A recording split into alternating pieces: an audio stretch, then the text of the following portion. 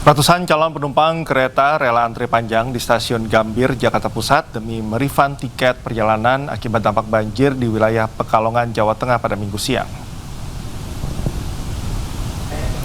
Antrean panjang calon penumpang kereta terjadi di loket pengembalian tiket stasiun Gambir.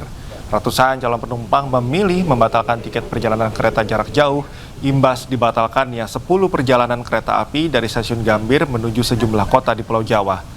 Pembatalan ini merupakan dampak dari adanya banjir yang merendam jalur rel kereta di wilayah Pekalongan, Jawa Tengah. Sejumlah calon penumpang kereta pun akhirnya memilih menggunakan moda transportasi alternatif lainnya untuk sampai ke lokasi tujuan. Selain di stasiun Gambir, pembatalan pemberangkatan kereta juga terjadi pada 5 jadwal keberangkatan dari stasiun Senen, Jakarta Pusat. Dari total 2.859 orang penumpang yang dijadwalkan berangkat menggunakan 15 kereta api dari 2 stasiun tersebut, 989 penumpang kereta diantaranya memilih untuk melakukan pembatalan pada hari Minggu. PT KAI Daop 1 Jakarta memastikan akan mengembalikan biaya tiket 100% bagi calon penumpang kereta yang melakukan refund maksimal 7 hari ke depan dari jadwal keberangkatan. Saya dari kereta dari Jakarta untuk Semarang karena pembatalan tiket, jadi saya harus mengurus lagi untuk tiket ke Semarang dengan kendaraan transportasi beda. Karena kan ada banjir yang itu tidak bisa lewat di Pekalongan. Dari KAI Daop 1 Jakarta menyampaikan permohonan maaf kepada para penumpang atau pelanggan kereta api yang terdampak akibat dari banjir ini. Bagi penumpang ataupun pelanggan bisa melakukan refund tiket, kami kembalikan biaya tiket 100% dan bisa di refund sampai dengan 7 hari ke depan dari jadwal keberangkatan. Imbas jalur kereta api yang tergenang, puluhan perjalanan kereta api batal diberangkatkan. Akibatnya ratusan penumpang kereta api menumpuk di stasiun Cirebon pada Minggu sore.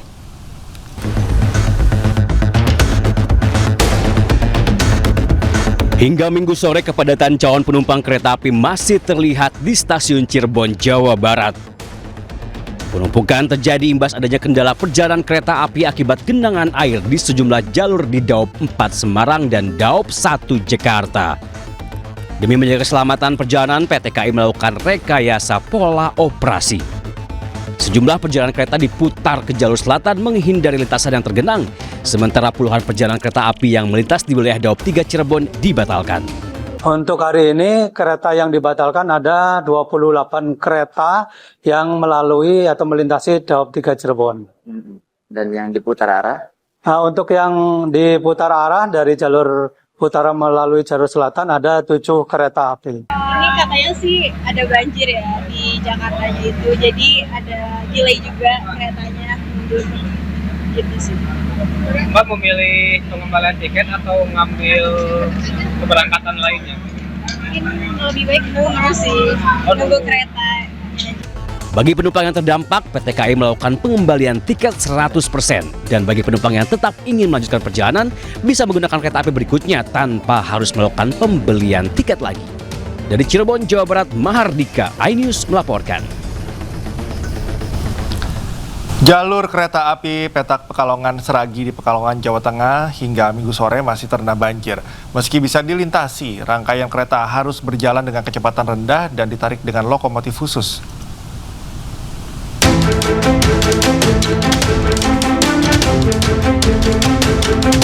Lokomotif ini merupakan penarik khusus rangkaian gerbong kereta api yang melintas di jalur hulu di Pekalongan atau arah Jakarta-Semarang.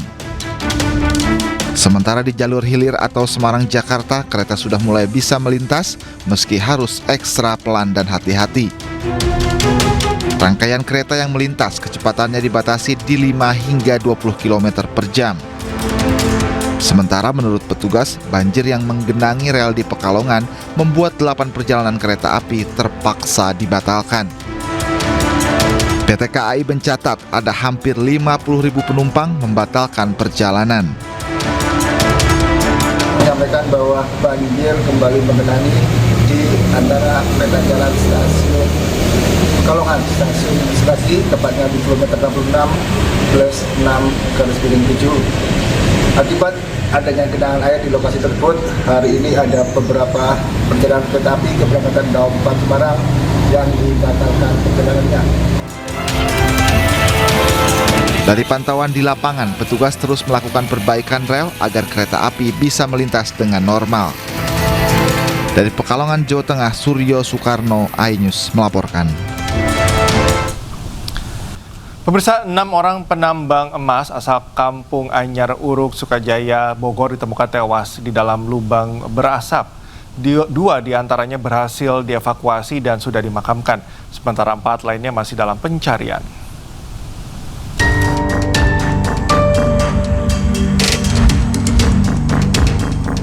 Peristiwa mencekam terjadi di area pertambangan Antam, Kabupaten Bogor, Jawa Barat. 6 orang gurandil atau penambang emas ilegal meregang nyawa di dalam galian yang terus mengeluarkan asap.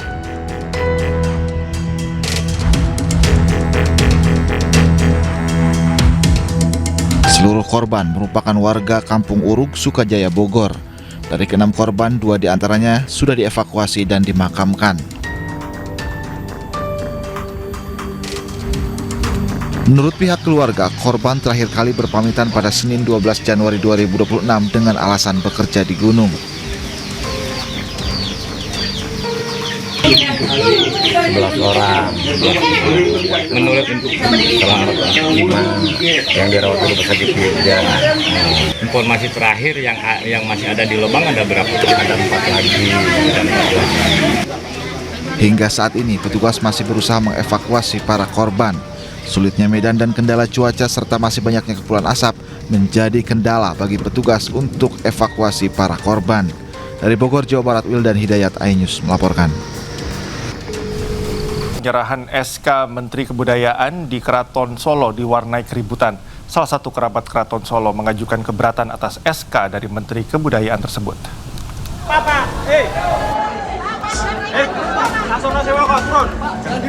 Keributan mewarnai penyerahan SK Menteri Kebudayaan terkait pemanfaatan Keraton Solo di Sasana Parasdia Keraton Kasunanan Surakarta Hadiningrat.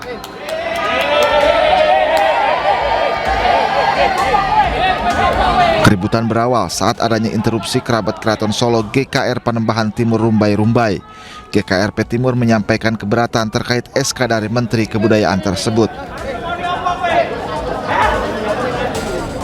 Menyikapi hal tersebut, Menteri Fadli mendengarkan dan memberi tanggapan serta berjanji akan menyediakan waktu untuk mendengarkan lebih lanjut keberatan tersebut dalam situasi yang kondusif.